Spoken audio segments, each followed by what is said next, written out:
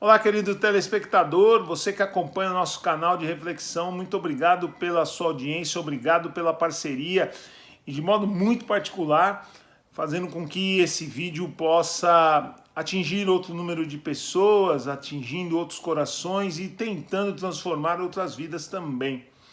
De modo particular, hoje eu gostaria de tocar num assunto que na nossa sociedade é meio que um tabu. A juventude não gosta muito disto. E nada melhor do que observarmos. Existe até uma doença que a psiquiatria chama de borderline, que é a necessidade que a juventude tem, mais detectada em jovens, de viver as emoções e os sentimentos à sua extremidade. E quando não conseguem, há uma certa depressão, uma tristeza e há uma busca incessante em querer vivenciar tudo muito intenso, tudo muito profundo, tudo no máximo. É claro que, às vezes, quando vamos vivendo essa situação, é uma resposta que vamos dando, que nos oferecemos perante uma coisa que os padres do deserto, os monges, a própria igreja e Jesus Cristo também tratava sobre isso. O conhecer-se. Quando nós não nos conhecemos, fugimos de nós mesmos. E fugimos das mais diversas formas. Seja no celular, fone de ouvido, tentamos ligar para um e para outro. Não sei se você já fez essa experiência. Tenta um dia ficar sozinho. Tenta um dia não ouvir música, ficar num canto sozinho, 15 minutos. Você vai ver como aquilo incomoda.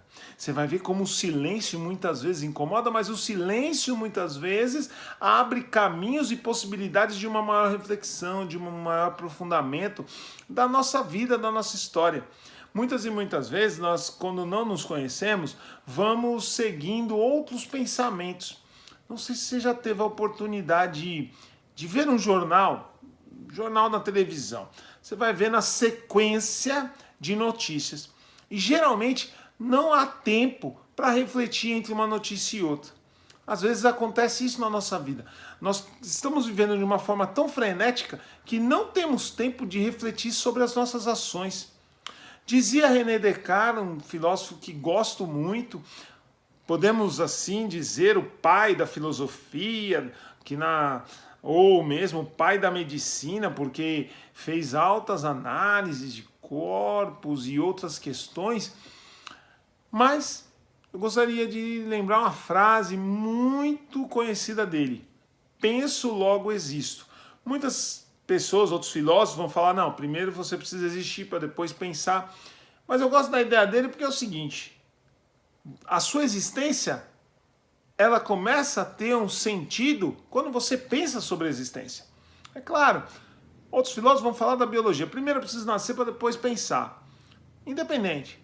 Mas se formos olhar bem, se você não pensa, a sua existência, ela fica só no campo biológico.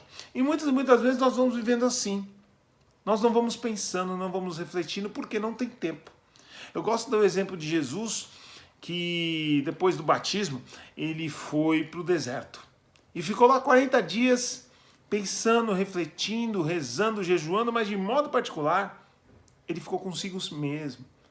Ele ficou tentando entender-se. É claro, na correria que nós temos, não dá para ficar 40 dias.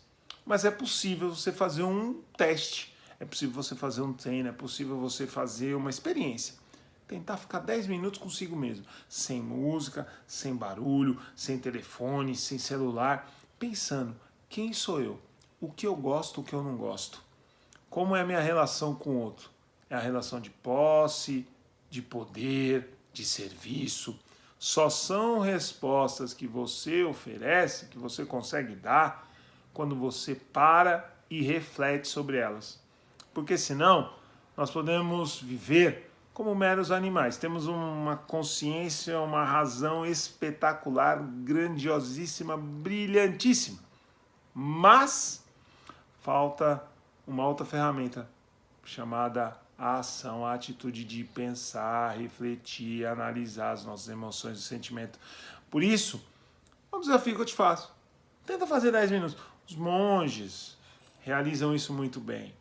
E com certeza, nesses 10 minutos, você vai conseguir rever, entender quem é e a partir daí projetar Um ser não que os outros desejam como você seja, mas um ser que é o real.